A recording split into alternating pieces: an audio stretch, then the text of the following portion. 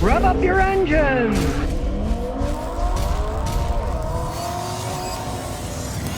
Today I'm going to show you how you can diagnose and fix your own braking system. Now as you're driving down the road, say going 50, 60, if you hit the brakes and your steering wheel starts shaking back and forth, that means your front brake rotors and pads are warped. So at higher speeds, when you hit the brakes hard, the steering wheel shakes because it's warped. But what if this happens? Say I go on 55, 60 again and hit the brakes hard, instead of the steering wheel shakes, steering wheel's okay, but your brake pedal starts pulsating up and down. Well, that means that your rear rotors and or pads are warped. If an older car like this Matrix that has drum brakes, it means that your drums are warped and you have to replace them in the brake shoes. In this case, it's got discs and rotors. And interesting enough, even though this car is 22 years old, these are the original pads and rotors. And as I can feel with my fingers, they're all grooved now and there's a ridge. The metal eventually wears, so we're going to replace them. So we'll jack it up in the air. As you can see under here,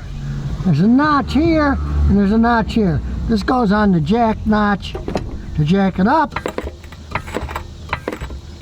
And since I just got back from Rhode Island to Tennessee, somebody, names not mentioned, has stolen my jack stand, so I had to get new ones. Now I do have to say I like these jack stands because look, not only do they ratchet to fit, but once you get them ratcheted in, they got this cool lock. Now it won't come out. Pretty good design, solid steel. And check it out. It's not made in China, it's made in Vietnam. Now I really like this CSRI electric impact. Look at that. Tuck it right off. Then we'll get the rest of them off. And off comes the wheel. Now as you can see, this ridge is a big ridge here. This is the original rotor and brake pads on the car. They've never been changed. And it's 22 years old. Tells you something about Lexus quality. Now the first thing we have to do is get the caliper off. So, got to take this brake line out to get enough swivel.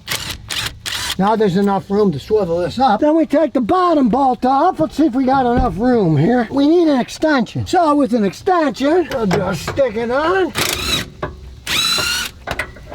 Off it comes, and we can now swing the brake pads up. They've been out here so long, they're really hard to get off. So you can see it's stuck. Well, guess what? You get a giant screwdriver and you can pry anything off.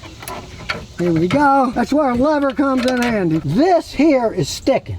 So what we're going to do, we're going to wiggle it back and forth and get a sledgehammer. This pin needs cleaning and lubricating, so wiggle it, hit it. You can see it's starting to move. Little by little. You can see the pin here is rusty and crowded, so we're getting some brake grease. We gotta lubricate it. Clean it and lubricate it. Then with the impact, we're gonna take the bolts that hold the caliper housing on, break it. There's one, and here goes the other one. That out of the way. And off comes the brake. Now we gotta get the rotor off. Of course, it's stuck on. We're gonna spray some WD-40 on the ridge there. Well, guess what? Whoever stole my jack stand stole my WD-40, so I'll use some spray lithium instead to lubricate it. Then we'll get my hammer. We'll try whacking it off. Not a bad job. It came right off. Now, as you can see, these Lexus is well made. They have drum brakes for the emergency brakes that stop using the inside of the drum. The disc brakes to the outside. I'm trying out these new ones, IBS distribution in Markham, Ontario, and here we go. Brake X, they sent rotors. Let's pray they fit. We'll see if the company sells good parts. Here goes nothing. Look at that, fits right on. Then we put the brake caliper assembly back on over. The bolts go in the back. First we'll finger tighten them in the back. Then we'll reverse the impact, go the opposite direction, and tighten them up. They're on nice and tight. Now we gotta squeeze the piston back in the caliper. You just squeeze them. You can see it's pretty easy getting them back in because this is a fancy system where the parking brake is built into here. If this had been a more modern system, this would also be the emergency brake, and this will have a thread inside, and you have to have a special tool to screw it in, but these just squeeze in by themselves. And just for kicks, before we put it all back together, let's see if this will slide on and off now better. You can see it needed lubrication. It's been 22 years. You can't complain about that. But before we put it on permanently, we'll get the brake pads. We'll see how these brake pads work. They come with everything, including a little grease. Here's a tip. They come with new shims, but I find sometimes they don't fit perfectly. These came with the car. They fit perfectly. You can see they're still good. The spring steel isn't rusted because it lived in Texas and Tennessee, so it didn't rust. If you lived up north and these were all rotting away, which these aren't, you'd put these kits in. But like you say, sometimes these don't fit perfectly and they make noise. These don't make noise, so I'm leaving them. Then we'll figure out where you gotta rip this little grease bag. They go on like this. So we just need to put a little lube on the ears and a little bit on the back. That's it. Then these just snap right in the hole, and then we do the other side. They already have the backing built in here, so you just need a little lube on the ends and on the middle. It's a copper grease.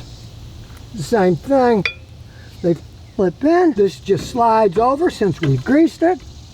Should go right over, fits right in. And I've also put a little lube on the other bolt just in case. And we'll wheel the tire back. And here, if you want to do the job correctly, what you want to do is just put these on lightly. You don't want them super tight. And of course, my sockets disappeared, as they always do. The one you want is gone. What you want to do is just get them on just a little snug. Then we'll remove the jack stand and put it on the ground.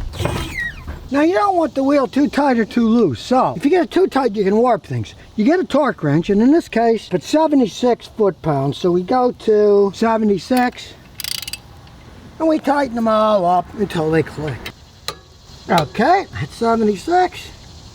Then we'll do a top one. That's 76. Then of course we have to do the other side in the back butt. The sun's shining on the other side, so we're going to back the car around so we're in the shade still.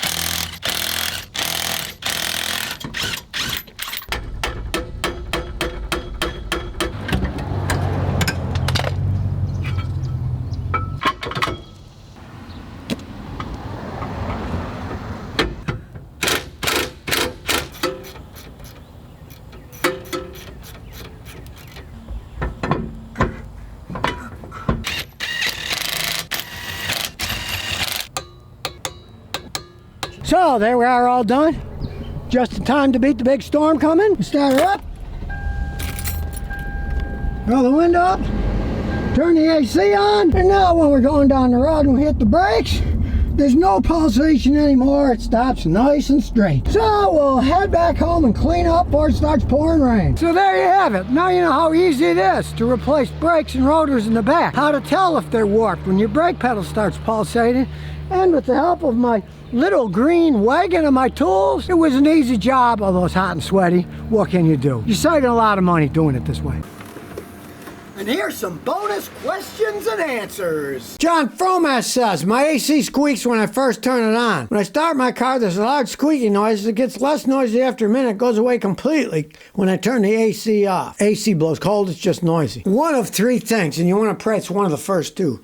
Just change the drive belt. It could just be a worn drive belt, right? Let's say it's not the drive belt. Then the next thing would be change the tensioner. There's automatic tensioner that automatically tensions the belt. Change the tensioner. If that doesn't fix it, you're going to need a new air conditioning compressor. You might add 1 ounce of AC oil, and it might quiet it down some. It could help it a little bit. But if it's not the belt and it's not the tensioner pulley, it means the compressor's starting to wear. Maybe you could add 1 ounce of AC refrigerant oil, see if it helps. Generally, something that old just means the compressor's starting to go out. The bearings are wearing inside. A half-hide says, how do I remove the CV axle from my transmission? I want to get my CV axle out. I can't get an axle out of the transmission. There's some kind of clip inside and it won't come out. Help. Okay, yeah, very typical problem. Most CV axles, the stub snaps in the transmission. There's a clip that then expands and locks it in place, right? Now, some Volkswagens are like that, some aren't. A lot of Volkswagens, a different design where all you got to do on the inside is there'll be a bunch of Allen head bolts. you remove the Allen head bolts on the inner CV axle and then it just slides off. Try that if yours is that design. Now, if yours isn't that design, you're going to have to pull the thing out. You got to take the other stuff apart, and if you're getting another axle anyways, most people don't fix them, they buy new axles. You don't care if you just cut it, whatever, and then you can get a slide hammer on there and whack it out. It generally will pop out then. So if you never want to miss another one of my new car repair videos, remember to ring that bell.